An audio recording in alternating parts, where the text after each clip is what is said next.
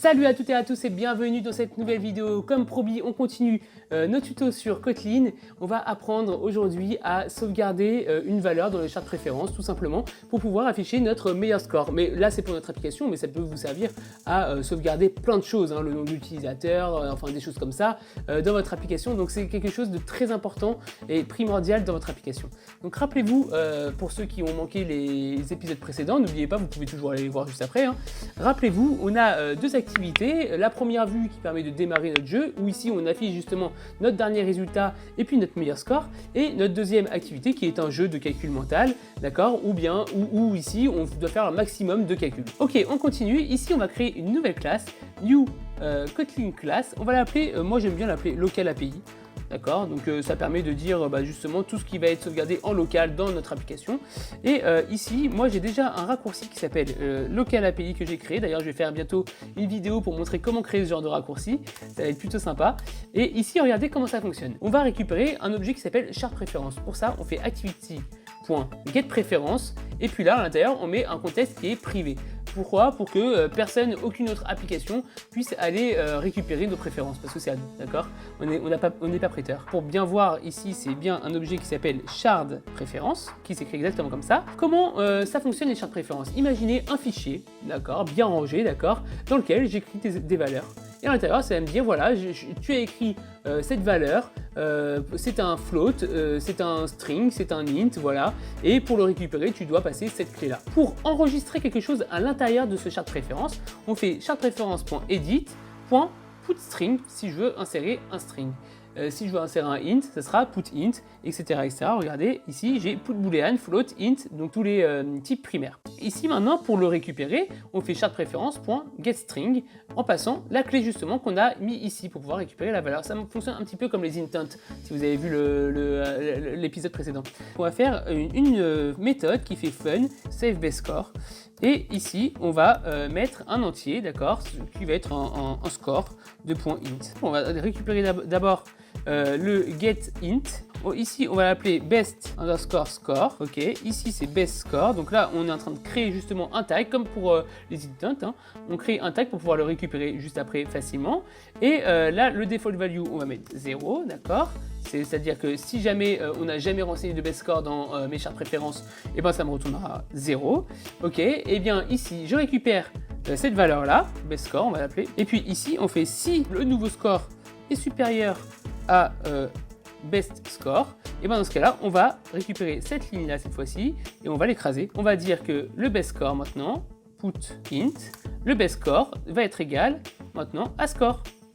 Voilà, et plus à l'ancienne valeur. Donc là, en fait, ce que je suis en train de faire, je suis en train de dire, va écrire à l'emplacement best score key, d'accord, donc c'est cette variable-là, va écrire à l'emplacement best score key, le score. Si j'avais quelque chose à cet emplacement-là, bah, ça va l'écraser. Et puis là, qu'est-ce qu'il me dit? Il me dit, va récupérer, je sais que c'est un entier, va récupérer l'entier qu'il y a à cet emplacement-là.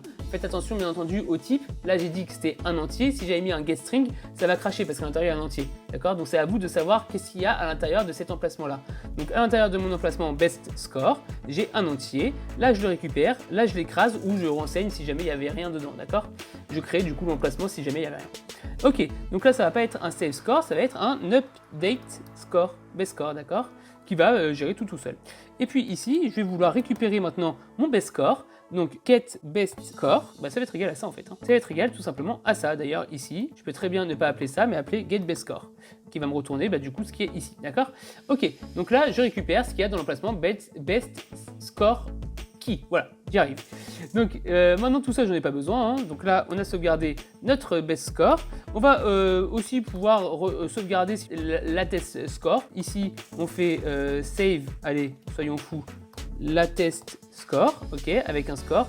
Ici pas besoin, j'écrase quoi qu'il arrive mon l'attest score. Et puis ici je vais pas l'appeler best score, bien entendu, je vais l'appeler l'attest score. Comme ça vous aurez deux exemples. Un où bien entendu il faut que j'update pour pouvoir avoir le meilleur score, et l'autre où on s'en fiche, on écrase à chaque fois.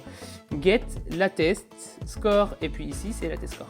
Ok, donc on a deux exemples, un avec best score et un avec l'attest score. Maintenant on va les brancher pour que vous puissiez voir comment ça fonctionne.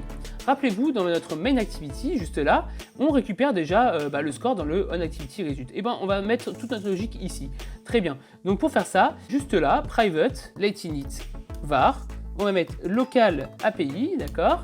Et puis ici, on va initialiser le local API, justement. Local API est égal à, justement, local API avec this. J'ai créé une nouvelle classe juste là. On a déjà fait des cours sur les classes, hein. Je vous invite à aller voir si vous vous rappelez pas.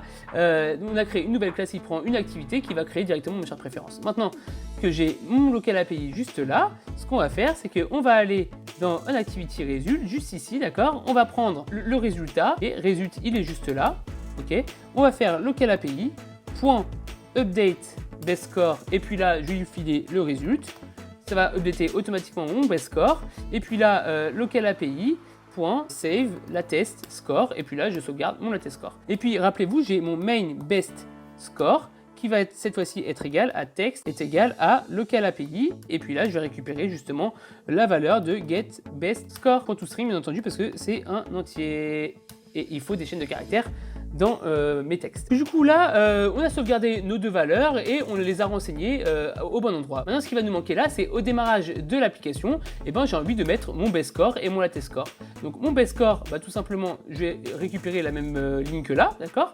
Et mon latest score est égal à local API .get latest score. Voilà, point toString. Allez, je peux mettre ici best score. D'accord, comme ça sera beaucoup plus lisible.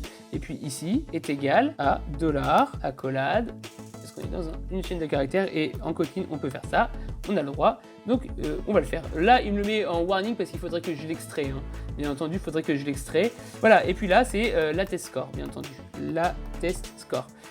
Pour que ce soit encore plus propre, il faudrait tout simplement que je mette ça dans une méthode, vous allez voir, update scores, d'accord, qui va aller chercher directement dans mon local API, et du coup, juste là, je vais pas écrire ça, je vais juste faire update scores qui va marcher tout seul puisque j'ai sauvegardé juste avant, d'accord. Bon, je vais quand même revenir un tout petit peu sur ce que je viens de faire, mais très rapidement, du coup, si vous m'avez bien suivi, vous avez compris. Ce que j'ai fait, c'est que j'ai créé une petite méthode update score qui va modifier mes deux text views que j'avais dans mon activité, juste là, d'accord. J'ai une première text view et une deuxième text view, et à l'intérieur, qu'est-ce que je vais écrire? Je vais écrire best score, je vais récupérer la valeur que j'ai dans mon local API, c'est-à-dire dans mes charts préférences chez nous, d'accord. Et dans mon main last score, c'est pareil. Donc du coup, dans mes deux text views, je vais récupérer ce que j'ai dans mon local API et je vais le mettre. Dans le onActivity result, local API ici, il va update le résultat à la fin de ma partie et il va mettre à jour bah, du coup mes scores. Très bien, on va voir ce que ça donne. Allez, go. Ok, je démarre. Best score est égal à 0. Latest score est égal à 0. C'est normal, j'ai pas fait de partie. J'ai rien sauvegardé dans le chat de préférence. J'ai juste de démarrer. Donc là, je vais faire start. Alors, il me semble que même que j'ai mis 10 secondes, ça va être très très court pour faire quelque chose de correct. On va mettre plutôt 20 secondes ou 30 secondes. Allez, 20 secondes. Hop, pour pas que le tuto non plus dure trop longtemps. Allez, on met 20 secondes et on regarde tout de suite ce que ça va donner. On va essayer de battre mon score qui est de 0, donc ça va pas être non plus trop compliqué normalement. Je fais start, et puis là j'ai 64 plus 59, 123, je valide, là j'ai déjà 1. Très bien, on va s'arrêter là pour pas être un peu plus compliqué, même si 47 plus moins 6, c'est assez simple à faire. Je vais laisser finir la partie, et là qu'est-ce que je vais avoir? Je vais avoir best score c'est 1, et la test score c'est 1. Maintenant on va essayer de faire un score de 2, ça fait 144, hop, et 83 moins 79, si je m'amuse, ça me fait 1, ça fait 4. Hop, je vais essayer de faire ça, validate. Allez, j'ai fait deux scores, normalement mon best score sera à 2, et puis mon latest score sera à 2. Et on va faire un dernier truc pour bien tester la chose. Voilà, best score est égal à 2, latest score est égal à 2. On va faire un dernier truc, c'est que je vais le laisser, et je vais mettre 0, d'accord. On va faire un score de 0, donc mon latest score devrait être égal à 0, et mon best score devrait être égal à 2, d'accord. Donc on va voir ça. Allez, on y va, j'ai pas envie de faire attendre longtemps.